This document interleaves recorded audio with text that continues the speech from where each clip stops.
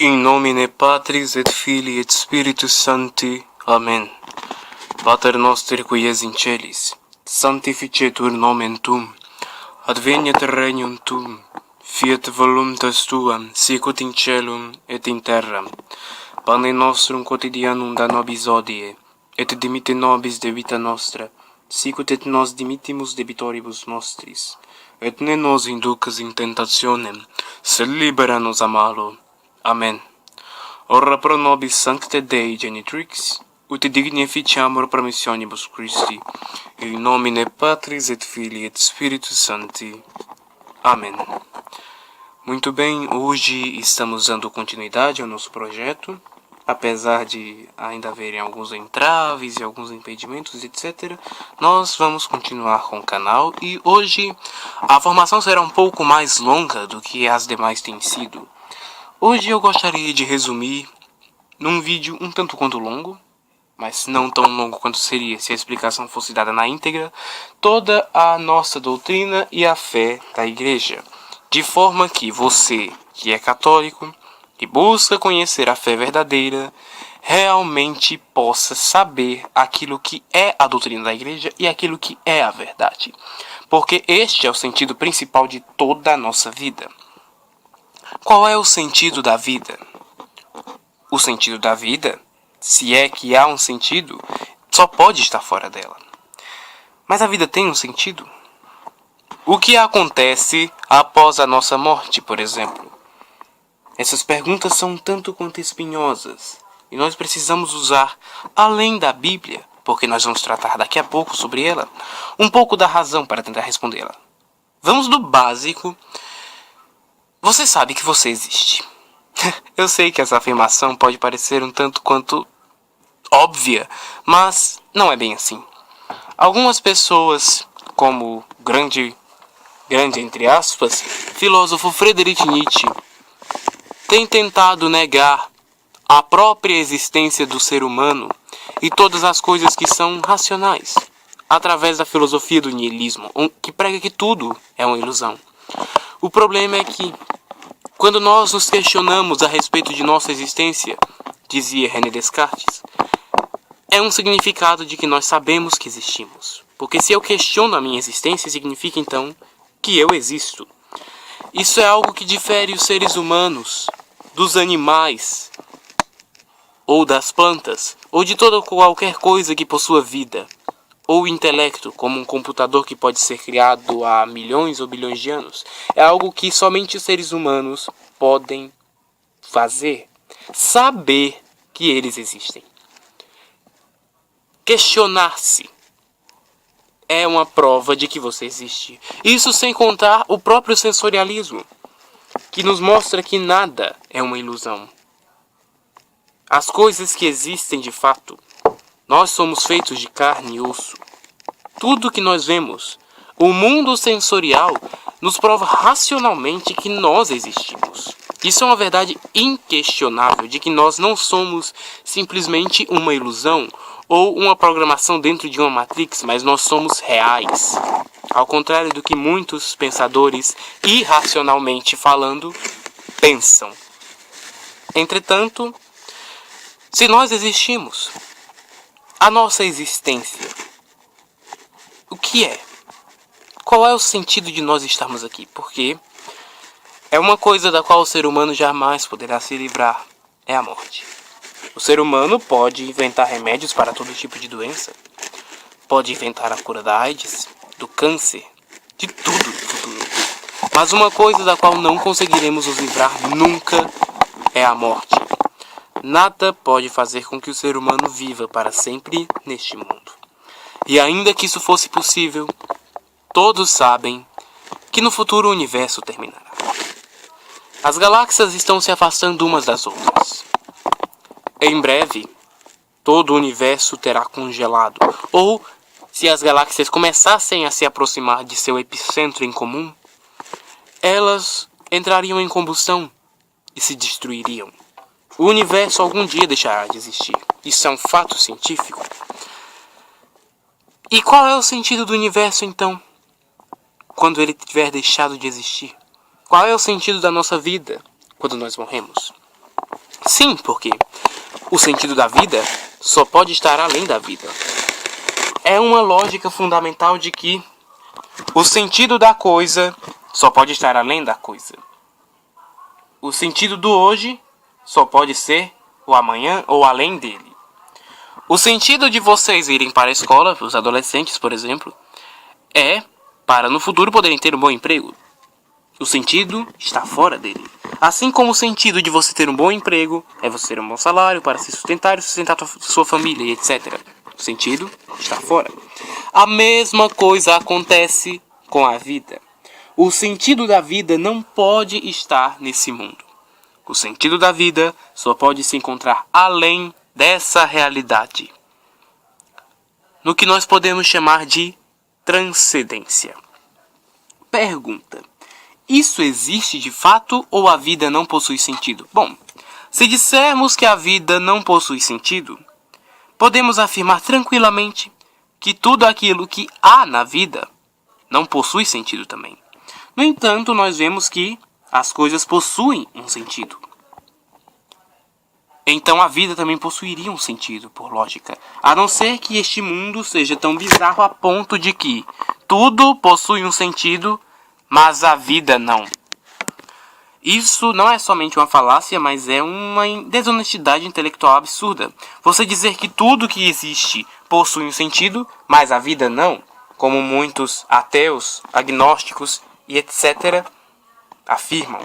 E esta primeira argumentação que eu estou falando a vocês sobre o sentido da vida é justamente para falar com essas pessoas a respeito da fé. Claro que com toda a caridade cristã que essas pessoas merecem, mas ainda assim a verdade precisa ser dita. Como disse o Papa Bento XVI, uma caridade na qual a verdade não seja mostrada não passa de um sentimentalismo barato. Muito bem, se a vida possui um sentido, qual é o sentido dela? O sentido só pode estar fora dela. E fora da vida, fora do nosso universo, não pode haver nada. Porque o universo, como diria o físico Stephen Hawking, é aquilo que resume toda a matéria, o tempo e o espaço. É um fato que, se fora do universo existisse matéria, essa matéria teria que ser surgido de algum lugar, pois na natureza nada se perde, nada se cria, tudo se transforma.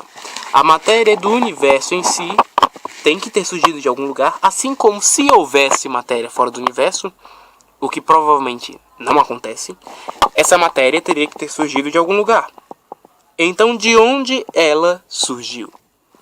Bom, ela teria efetivamente surgido de algo que está além da matéria. Pois a matéria não pode criar-se a si mesmo. E se ela fosse criada por algo material, este algo material teria que ter sido criado por outra matéria em dado momento, ou ele não existiria. Pois não poderia ter criado a si mesmo. Então, de onde veio a matéria? De onde veio o universo? O universo só pode ter surgido de algo que está além dele e que transcenda o tempo e o espaço. Alguns podem se perguntar, mas por que o universo teria que ter surgido de algo ou alguém? O universo não pode existir para sempre? Eu lhes respondo, não. Primeiro, por razões científicas. Se o universo existisse para sempre, a energia no universo teria que ser infinita, a matéria escura e etc. Problema: a energia do universo é finita. Mesmo que alguns argumentássemos que nós estamos dentro de um buraco negro, tudo bem. Podemos ficar por bilhões de anos, trilhões, quadrilhões, o quanto quiserem. Mas não a eternidade. Mesmo os buracos negros e as singularidades dentro deles não podem ser infinitos. Eles produzem uma certa energia, chamada radiação de Hawking, se eu não me engano. Essa energia é finita. Em dado momento, os buracos negros iriam acabar. E o que há dentro deles também acabaria. Sendo assim, mesmo que nós estivéssemos dentro de um buraco negro de outro universo, isso não responde à pergunta: de onde surgiu primeiramente toda a matéria? Bom, por razões lógicas, o universo também não pode ser infinito e nem eterno, Por quê? Vamos lá. No universo eterno, o número de eventos dentro dele seria infinito, claro.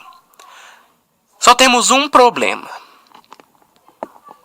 Isso significaria que o número de voltas que a Terra dá em volta do Sol, ou que Júpiter dá em volta do Sol, é infinito igualmente. Problema: enquanto a Terra dá 11 voltas ao redor do Sol, Júpiter dá apenas uma.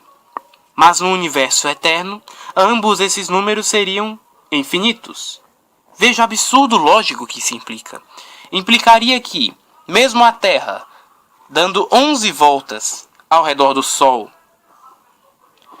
enquanto Júpiter dá apenas uma, no universo eterno, ambos teriam um número infinito de voltas. Isso é totalmente absurdo lógico. Enfim, nós vemos, tanto pela lógica como pela ciência, que o universo em si não pode ser infinito. Então, o universo em dado momento veio a existir. Lembram-se do argumento cosmológico que nós vimos? Pois bem, o universo veio a existir. E tudo aquilo que existe, notoriamente possui uma causa. Isso é fato. Nada vem a existir sem causa.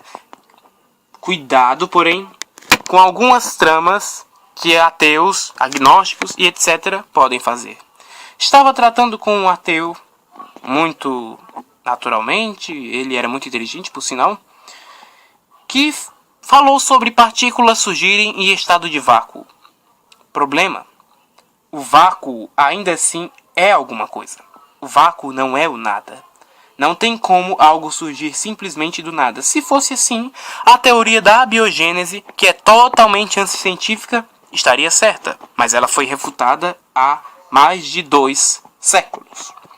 É evidente que nada pode surgir por mero acaso ou por vontade própria, se assim o quisesse. Por exemplo, está lá o nada, nada existe lá, nem mesmo tempo, e do nada o universo pensa, eu vou existir. Isso é impossível.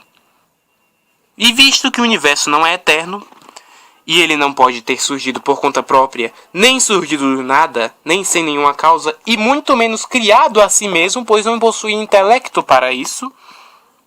E mesmo que o possuísse, esse intelecto previamente teria que existir, mas não existia. Então, só resta a hipótese de que o universo, em dado momento, veio a existir por alguma causa.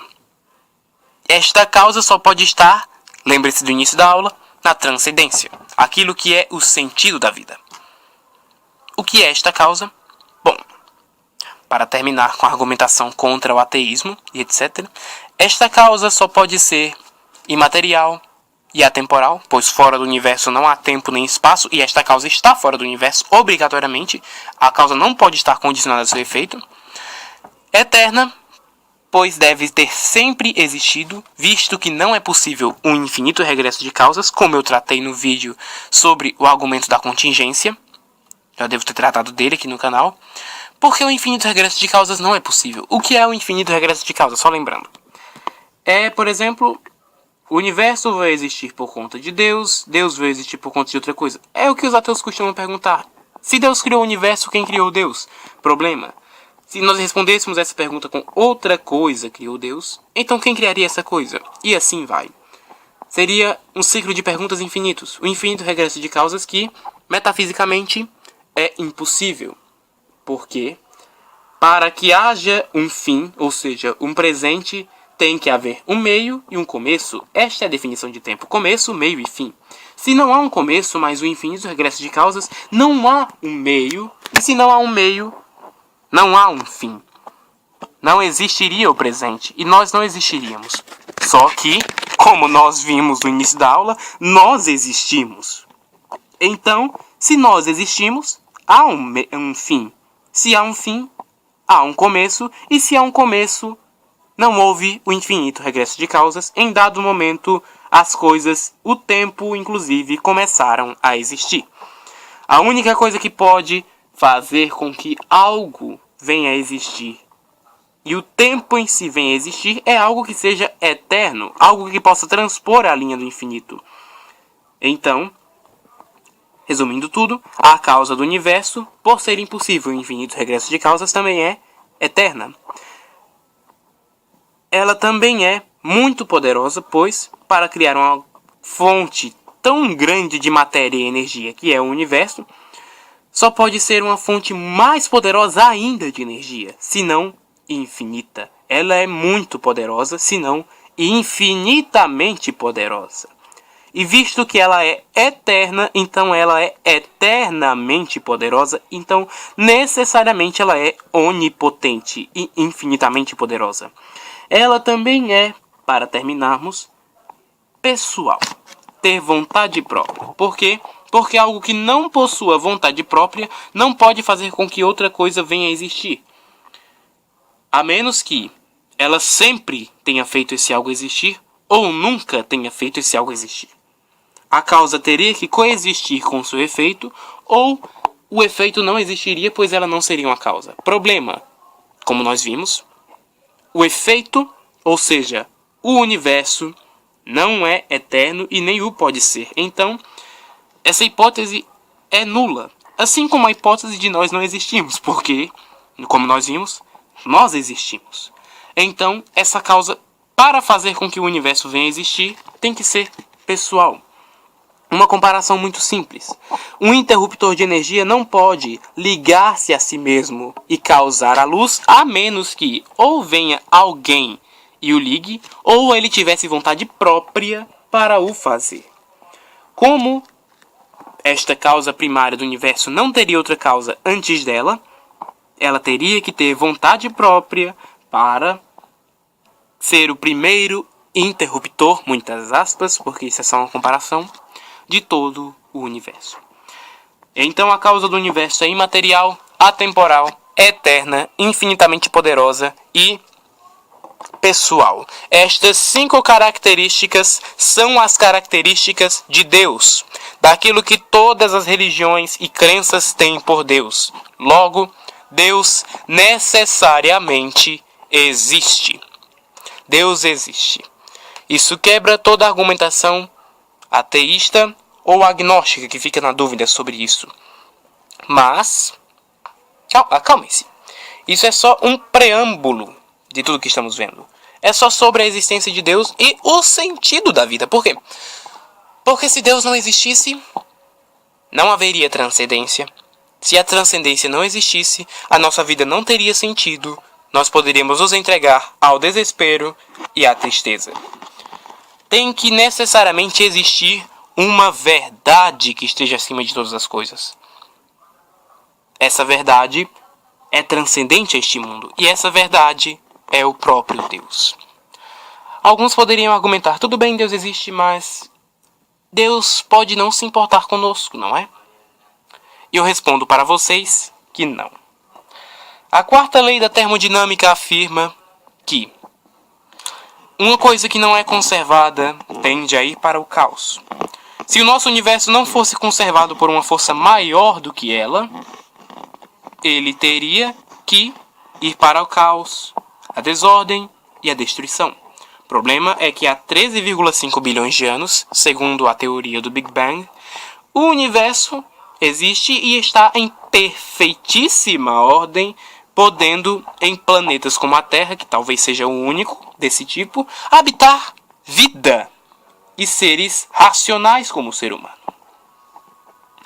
É evidente que existe uma transcendência e que essa transcendência está além dos olhos humanos. Por quê? Porque nós possuímos uma coisa chamada alma. A alma é o que difere o ser humano de todos os outros animais existentes. Por quê? Os animais não podem pensar por conta própria. Eles não possuem uma coisa chamada intelecto. Eles não podem pensar e fazer coisas como nós. Os animais não têm isso. Nenhum ser, senão o ser humano, pode pensar e usar-se da razão para fazer afirmações e etc., como eu estou fazendo neste momento. Segunda coisa, e mais extraordinária ainda, os animais não possuem sentimentos. Isso é algo que talvez vocês se perguntem, mas quando eu chego em casa, o meu cachorrinho, o meu animal de estimação fica feliz quando me vê. Calma. Aí que entra o pulo do gato, se podemos dizer assim. Isso que eles têm não são sentimentos. São as chamadas paixões, como dizia Platão. As paixões e os sentimentos são duas coisas totalmente diferentes. Para facilitar a palavra para os seus entendimentos, são instintos. Quando o animal fica feliz, é um instinto dele. Quando o animal fica triste ou quando fica com raiva, é um instinto de sobrevivência acima de tudo. Problema: os animais não têm como contrariar os seus próprios instintos, ao contrário dos seres humanos, que possuem para isso as emoções e os sentimentos. Por exemplo, nós temos um cachorro que está no cio, por exemplo, e ele procura a fêmea, mas vem um animal mais forte que ele, briga com ele e ele vai embora e não tem relações naquele dia. Ele pode ser contrariado dessa forma, mas ele não pode contrariar este instinto. Ele não pode se contrariar. Ele contraria esses instintos, por exemplo, sendo perseguido, para o primeiro instinto e maior de todos os seres, que é o da sobrevivência. Alguns poderiam falar que mas eu conheço certa espécie de orangotango, certa espécie de macaco, que ele contraria o instinto da alimentação e da comida aos seus filhotes ou alguém da sua família e do seu filho genético, etc. Não, gente. Isso não é uma emoção. Isso é também um instinto que eles já são pré-programados para fazer, que é o de auxiliar aos seus próximos, digamos assim. Isso é um instinto deles. Agora, o ser humano, não. Ele pode se contrariar. Ele pode contrariar esses instintos, ainda que isso seja muito difícil. Ele pode contrariá-los com os seus sentimentos e a sua racionalidade. É uma coisa que nos difere dos animais, mas, acima de tudo, como eu falei no início da aula, nós, por nos questionarmos, temos a capacidade de saber que existimos. Nenhum outro animal ou computador que seja criado por mãos humanas no futuro terá essa capacidade de saber que existe. Por quê? Porque ele não se questionará. Nunca o ser humano conseguirá fazer isso por meio da ciência. É a prova cabal de que nós possuímos algo além de todos os seres vivos, que é a alma. Há uma realidade transcendente. Basta olharmos para nós mesmos e veremos que nós possuímos algo que está além do nosso corpo. Uma realidade transcendental. Sabendo que nós temos essa realidade, então, não fica difícil aceitar que haja uma transcendência muito maior e infinitamente mais poderosa e mais santa, que é Deus. Muito bem. Primeira parte da argumentação contra o ateísmo e o agnosticismo concluída. Conclusão. Existe um sentido para a vida. Existe uma transcendência. Existe algo que está além de nosso próprio corpo e do mundo material. E o materialismo é falso. Existe Deus. Mas de que forma esse Deus se revela? Por quê? Por que esse Deus iria querer se revelar? Alguns perguntam. Bom, se ele criou todas as coisas, permitiu que elas acontecessem assim, moldou este universo de forma que pudesse habitar vida e etc., a chamado argumento do design inteligente do universo, que o universo é sintonizado perfeitamente para que em dado planeta ou planetas, no plural, possa existir vida. Se esse Deus, ele realmente se importa com a sua criação, é evidente que ele vai querer se revelar a ela. Problema: de que forma nós vamos chegar ao conhecimento desse Deus e o encontrar? Porque, sendo ele a coisa mais perfeita de todo o universo, nossa perfeita felicidade seria junto dele. Mas como chegaremos lá? Bom, Deus é perfeitíssimo. Se é perfeitíssimo, tem uma perfeição inalcançável para os seres humanos. Mesmo que nós tentássemos por próprio esforço, como todas as religiões do mundo tentam, de querer levantar-se e buscar este Deus, é algo totalmente impossível. É uma loucura, um desatino. Porque é a velha tentativa da Torre de Babel, querer construir um edifício que chega até os céus, mas não vai chegar nunca. Querer construir um foguete que possa voar até o paraíso, mas não vai chegar nunca lá. É algo que está além da humanidade, além deste mundo e transcendente. Este é um grande problema também da teologia da libertação, que quer transformar o mundo no seu próprio sentido. O sentido do mundo não está nesse mundo, porque o sentido de uma coisa só pode estar além dela. Então, a única forma de chegarmos até este Deus é se ele vier até nós. 3 religiões no mundo reivindicam esse título de reveladas por Deus: o judaísmo, o islamismo e o cristianismo. Mas em somente uma dessas religiões, Deus realmente se fez homem. Ainda que isso não seja argumento, então, vamos analisar essas 3 religiões. Vocês me perguntam, por que você não analisa o budismo, ou o hinduísmo e etc? Gente, essas religiões não reivindicam ser reveladas por Deus, primeiramente. Segundo, elas pregam que o sentido deste mundo está nesse mundo, em você fazer boas obras, etc. Ou que os próprios deuses, como no panteísmo hindu, são o próprio universo. Ou como o budismo prega que se Deus existe, ou se os deuses existem, eles não se importam com a humanidade e nós devemos chegar à transcendência por nossa própria conta. Como eu já falei, se Deus existe e ele se importa conosco. Então essas religiões não podem ser verdadeiras. As únicas religiões que podem ter algo de verdadeiro é as que foram reveladas por Deus. E Deus somente poderia revelar uma religião. Deus não poderia ter revelado o islamismo para Maomé, o judaísmo para Moisés, o cristianismo para os apóstolos e Jesus, etc. Não! Deus não pode fazer isso porque isso, pela própria razão, dificultaria o fato de ele ser ou não conhecido pelos mortais. Isso dificultaria que nós chegássemos até ele, e não é isso que Deus quer. Então Deus só criaria um único caminho. Isso e não estou citando Bíblia, não estou citando catecismo, estou citando lógica. Deus não pode ter fundado mais de uma religião. Muito bem. Então as 3 religiões que reivindicam ter sido fundadas por Deus. Atenção, essas 3 poderiam estar erradas, mas somente uma pode estar certa, se é que está. Vamos analisá-las. Primeiro, a mais velha de todas, o judaísmo.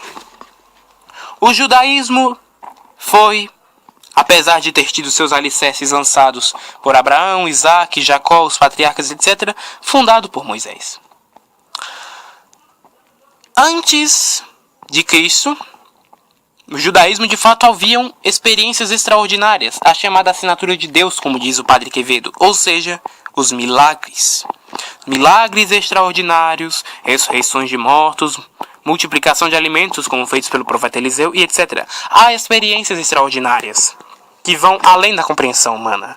O problema é que tais experiências nunca mais foram narradas depois de Jesus. Depois do nascimento de Cristo, o judaísmo passou a ser uma religião sem nenhuma experiência sobrenatural e sem nenhum contato com Deus. Aí vocês me perguntam, ora, e isso é necessário? Sim, é necessário.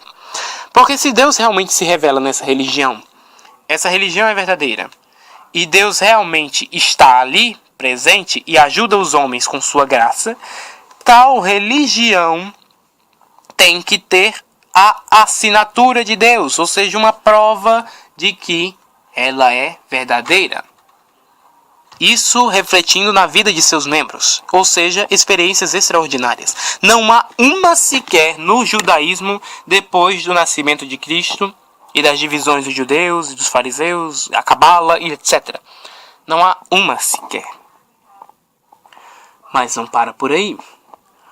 o judaísmo está cada vez mais perdendo adeptos.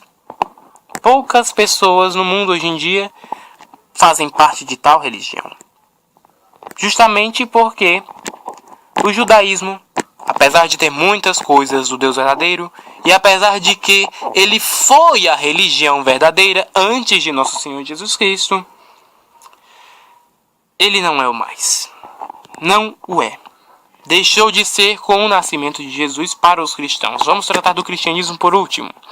Mas agora, partindo para o islamismo. Nenhuma experiência extraordinária desde a sua fundação. Nunca foi realizado um só milagre, nem por Maomé, nem pelos seus seguidores. Não há uma só prova histórica de que ela é uma religião que foi realmente revelada por Deus. Isso também cai para o judaísmo depois de nosso Senhor Jesus Cristo, não antes dele. Antes nós tínhamos realmente provas, mas depois dele parece que é como se Deus tivesse abandonado a religião ou estivesse presente no cristianismo. Vamos tratar disso daqui a pouco. O islamismo é uma religião que vai contra os próprios princípios de Deus e da lógica humana. Todas as pessoas percebem, mesmo que não tenham nenhuma religião, nem nenhum senso de lógica, que matar outras pessoas, etc., é injusto. Isso é um senso de lógica dos seres humanos e um instinto que foi colocado em nós pelo próprio Deus. O islamismo que viola esse instinto que foi infundido em nossos corações por Deus não pode ser, em absoluto, a religião verdadeira. Por quê? Não há experiências extraordinárias, não há provas de que ela é a religião verdadeira e nem mesmo há um reflexo daquilo que é a verdadeira personalidade de Deus, que é a santidade e a perfeição. E quanto ao cristianismo? Bom, provas históricas nós temos de sobra. Vários escritores do primeiro e segundo século trataram sobre Jesus na Bíblia e fora dela. Por exemplo, nós temos o historiador judeu Flávio Josefo na sua obra Antiguidades Judaicas, que tratou sobre Jesus, dizendo que os seus acreditavam piamente que ele fosse o Messias.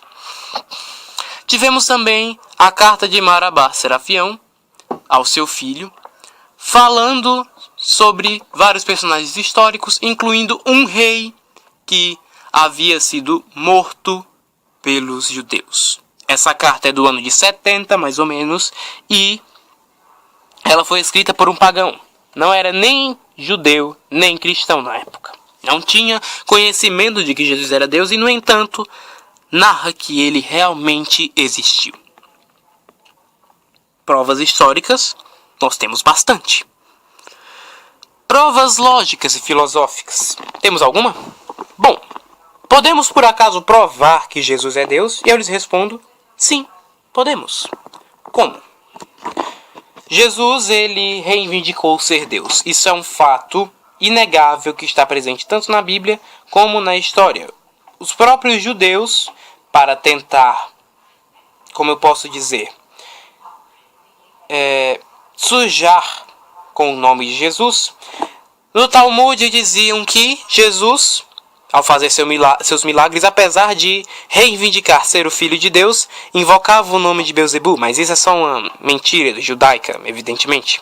Até porque o próprio Jesus explicou, logicamente, não se pode expulsar Satanás pelo poder de Satanás. Mas continuando, Jesus reivindicou ser Deus, isso é fato. Ao contrário do que alguns membros da teologia da libertação ou de outras correntes religiosas afirmam, Jesus reivindicou ser Deus, e não somente uma vez, mas várias. Ele disse, eu sou o caminho, a verdade e a vida, ninguém vem ao Pai senão por mim. Jesus reivindicou ser a verdade. Então, das duas uma. Ou Jesus estava falando a verdade, e ele era realmente Deus que se fez homem, ou ele era um mentiroso e era apenas homem, era um canalha. Alguns dizem, não, mas Jesus era um homem muito bom. Impossível. Jesus reivindicou ser Deus. Se ele fez isso e não era verdade, ou Jesus era um mentiroso, ou era um louco, um homem mau moralmente ou psicologicamente. Em ambos os casos, se Jesus era apenas um homem, ele não podia ser de jeito nenhum um homem bom. Então, nós temos essas três hipóteses que são tratadas pelo Clive Step Lewis no seu livro Cristianismo Puro e Simples. O trilema dos três L's: Lord, Liar and Lunatic. Jesus era Deus e Senhor, mentiroso ou louco. A hipótese de Jesus ser um louco é totalmente absurda. Jesus dizia coisas que faziam tanto sentido. Pregava o amor ao próximo, pregava que existia uma verdade, mesmo pregando que ele era verdade. Pregava várias coisas que um louco evidentemente não pregaria. E pior, ou melhor, aliás, se os seus seguidores soubessem que ele era um louco ou um mentiroso, por que o seguiram? Vamos tratar disso daqui a pouco, mas vimos que Jesus não é um louco, então. Ele podia ser um mentiroso? Não. Se Jesus era um mentiroso e a ressurreição não aconteceu, por exemplo, Jesus, sabendo que era uma mentira, ele se entregaria por ela e morreria? Não.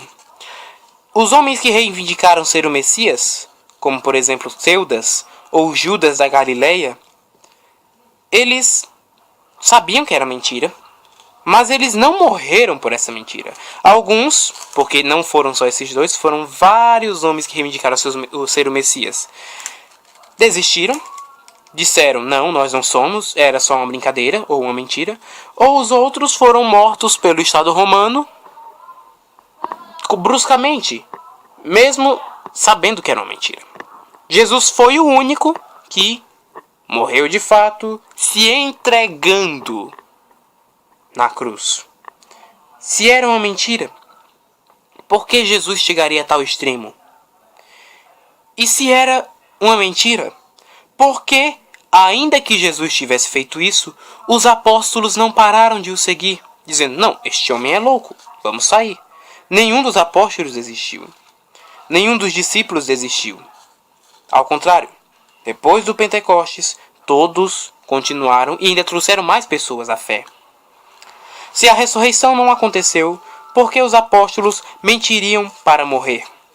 Eles salvariam a sua vida por uma mentira?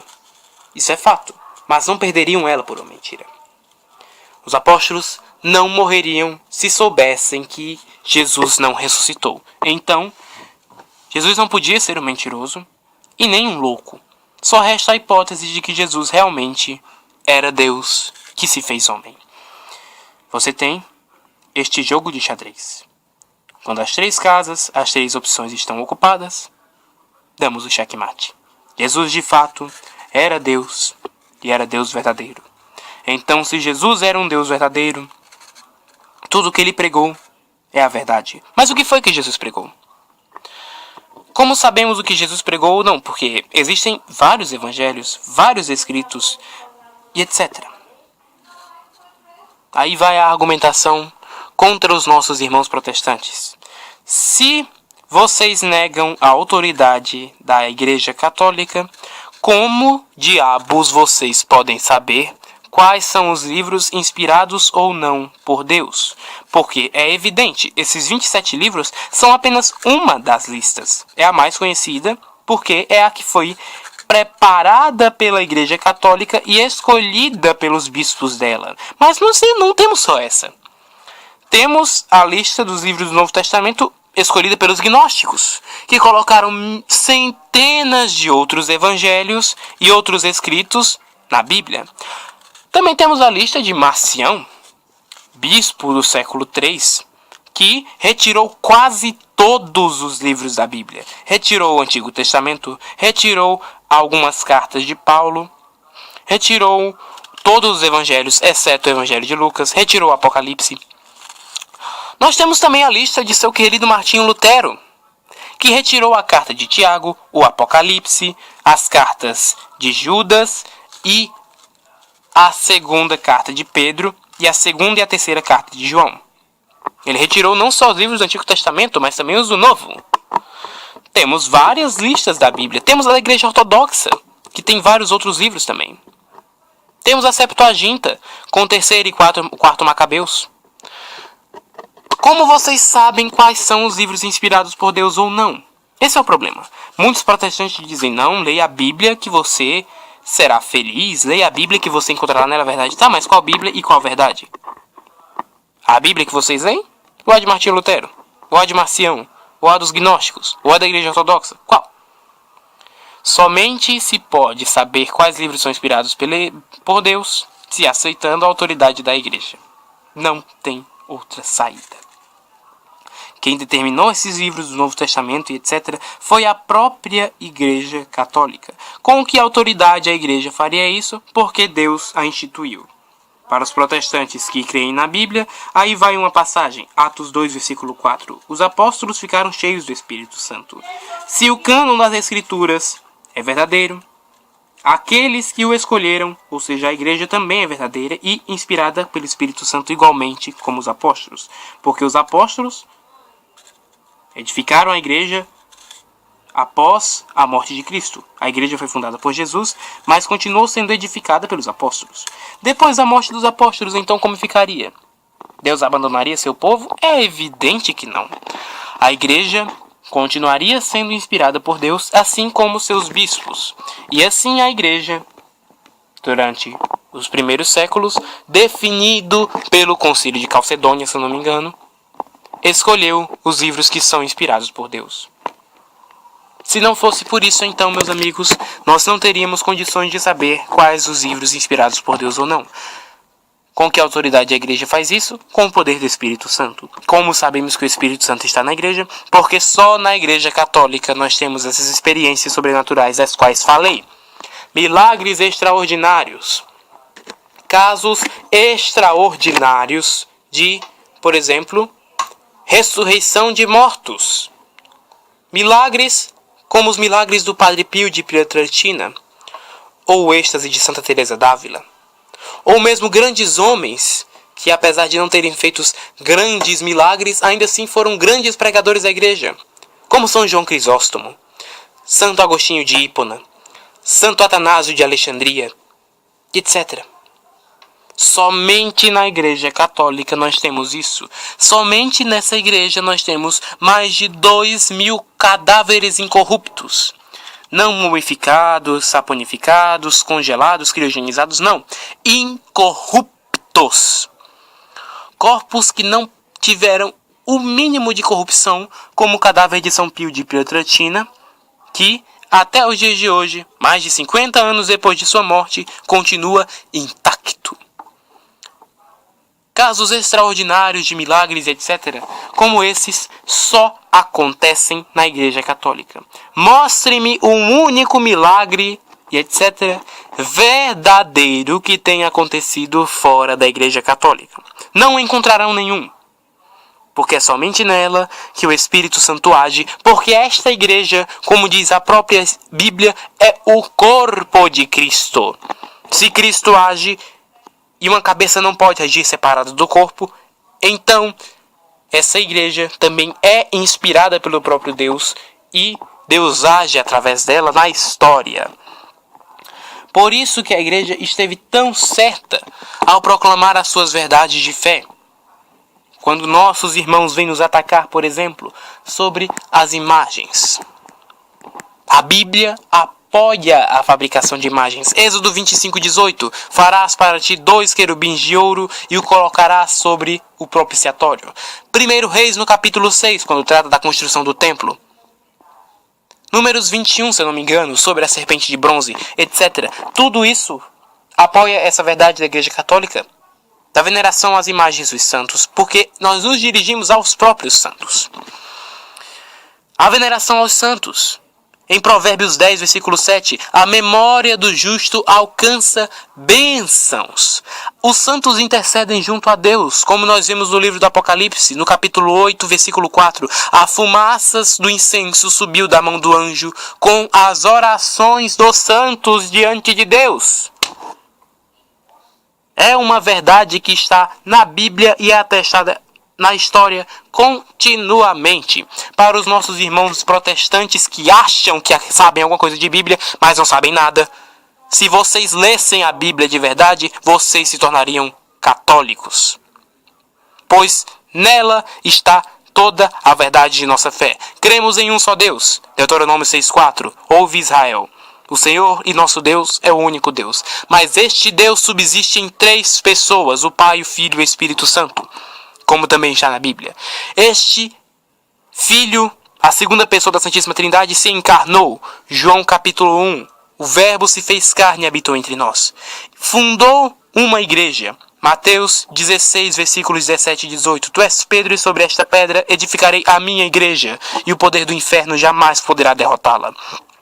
Esta igreja possui autoridade em nome de Deus para discernir aquilo que é certo e errado. Esta igreja é mãe e mestra e serva da verdade.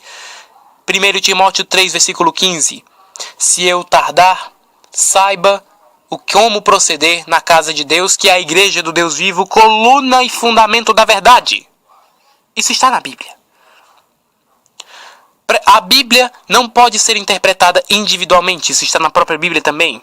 2 Pedro, no capítulo 1, versículo 20. Nenhuma profecia da Escritura é de interpretação pessoal. Tudo isso e mais todas as outras verdades de fé da igreja, como o purgatório, a intercessão dos santos, as imagens, etc. Eu abordarei cada um deles individualmente num vídeo, porque senão ficaria muito longo e muito maçante isso aqui. Todas essas verdades estão apoiadas nas Escrituras, na tradição, no magistério e na própria experiência que nós vemos dentro da Igreja Católica. Isto é a minha argumentação e a argumentação histórica dos fatos contra todas as mentiras, heresias e tudo aquilo que se espalha contra a verdade que está nos evangelhos. Eu encerro isto aqui com a leitura de um documento que foi publicado pelo Papa Bonifácio VIII, se eu não me engano, que diz o seguinte: as outras religiões não são o caminho de salvação.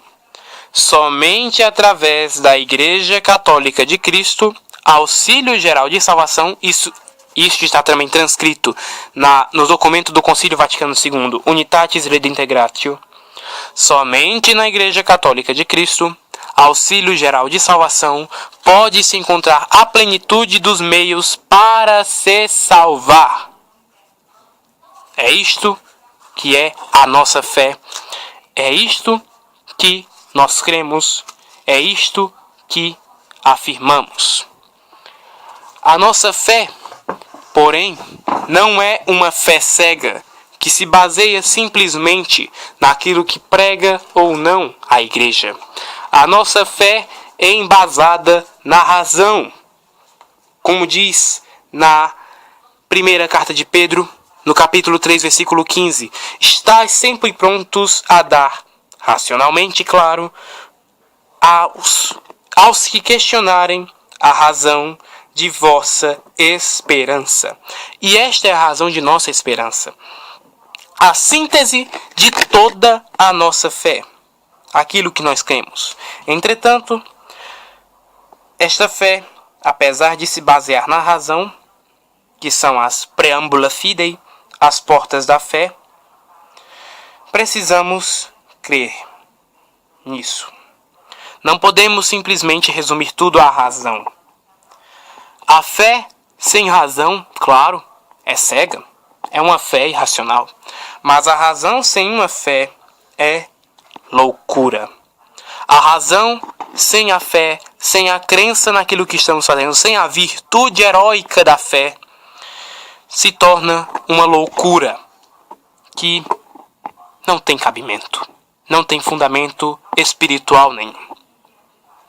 Para encerrar, então, quero resumir todo aquilo que nós cremos, o nosso credo, toda a nossa fé, lendo com vocês aqui o credo oficial da igreja, que é o credo de Santo Atanásio. Eu não vou ler todos os artigos dele, ele possui 44 artigos. Diferente dos outros credos, ele é um tanto quanto extenso, ao contrário do símbolo apostólico e do símbolo niceno-constantinopolitano. Mas isso é a síntese de nossa fé. Quem quiser salvar-se, diz o credo, deve antes de tudo professar a fé católica, porque aquele que não a professar, integral e inviolavelmente, perecerá sem dúvida por toda a eternidade. A fé católica consiste em adorar um só Deus em 3 pessoas e 3 pessoas em um só Deus, sem confundir as pessoas, nem separar a substância.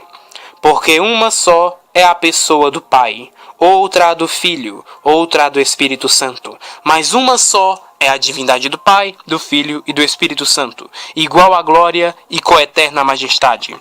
Qual como é o Pai, tal também é o Filho e o Espírito Santo. O Pai é incriado, o Filho é incriado e o Espírito Santo também o é. O Pai é imenso, o Filho é imenso e o Espírito Santo é imenso. O Pai, o Espírito Santo e o Filho são eternos. E contudo, não são 3 eternos, mas um só eterno. Assim como não são 3 incriados, nem 3 imensos, mas um só incriado e um só imenso. Da mesma maneira que o Pai e o Espírito Santo é onipotente também o Filho, mas não são 3 onipotentes, mas somente um. E assim, diz o último artigo do credo, esta é a fé católica, e quem não a professar fiel e firmemente, não poderá se salvar. Amém. Isto é um resumo claro da nossa fé com relação a Deus, mas que, sobretudo, temos que crer nas verdades reveladas por meio da Igreja, nos dogmas da Igreja. Cremos na existência de Deus, que este Deus subsiste em 3 pessoas, que a segunda pessoa desta Trindade veio a este mundo, se encarnou e morreu por nós, tendo nascido do seio da Virgem Maria, que permaneceu sempre virgem e imaculada desde a sua concepção, e é corredentora junto com Cristo, porque foi por meio dela que este Cristo nasceu. Eu tratarei de Mariologia em outro vídeo. Que este Cristo não nos deixou desamparados quando subiu aos céus depois de sua ressurreição, mas que fundou a sua igreja para que, mãe e mestra da verdade, ela pudesse auxiliar os homens no caminho de salvação, sendo ela a religião revelada por Deus. E que fora dela não há nenhuma salvação ou remissão, só a morte eterna. Então, meus caros irmãos e irmãs, isto é um resumo daquilo que são as verdades de nossa fé. Um resumo muito básico, apesar do vídeo ter ficado um pouco longo. No próximo vídeo, eu começarei a tratar mais especificamente de cada uma dessas verdades de fé individualmente. Ou seja, sobre a existência de Deus, eu já tratei na verdade, sobre o sentido da vida, sobre a Santíssima Trindade, que vai demandar muitas aulas e muitos vídeos, porque mesmo algumas religiões cristãs, como os arianistas e as testemunhas de Jeová, negam a Santíssima Trindade. Bom, paciência. E outras verdades de fé que são muito importantes para a nossa salvação, porque negando uma só dessas verdades, não podemos ter uma fé verdadeira. A virtude da fé consiste em crer em tudo. Se nós cremos em uma ou duas ou em algumas coisas, mas negamos outras. Por exemplo, eu creio que Jesus é Deus, mas não creio no Espírito Santo. Ou eu creio que a Santíssima Trindade existe, mas que ela não se revelou e que não fundou uma igreja. Se nós cremos em umas verdades, mas não em outras, nós não somos católicos. Somos hereges. E o destino dos hereges e infiéis, meus irmãos, é a mentira, porque eles não estão com a verdade. E o pai da mentira é somente uma pessoa, que é o diabo. Então, meus caros irmãos e irmãs, encerro esta aula pedindo a intercessão da bem-aventurada e sempre Virgem Maria, ela que é a mãe e medianeira de todas as graças, e auxiliar de Cristo no processo de salvação e redenção da humanidade. Que Deus nos auxilie com a sua graça e nos abençoe, hoje e sempre, pela intercessão da bem-aventurada e sempre Virgem Maria, que comemorando essa Páscoa, vamos cantar o Regina Coeli, a oração à Rainha dos Céus, que deve ser cantada sempre no tempo pascal. Todas as vezes que eu fizer um vídeo durante este tempo eu farei esta oração. Regina Coeli, letare, alleluia. Quia meruisti portare, alleluia. Resurrexit, sicut nixit, alleluia. Ora pro nobis Deo, alleluia.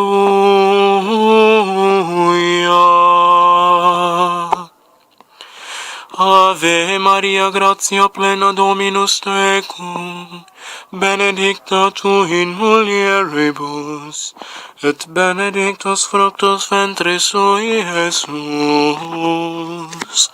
Santa Maria Mater Dei, ora pro nobis peccatoribus, nunc et in hora mortis nostre. Amém.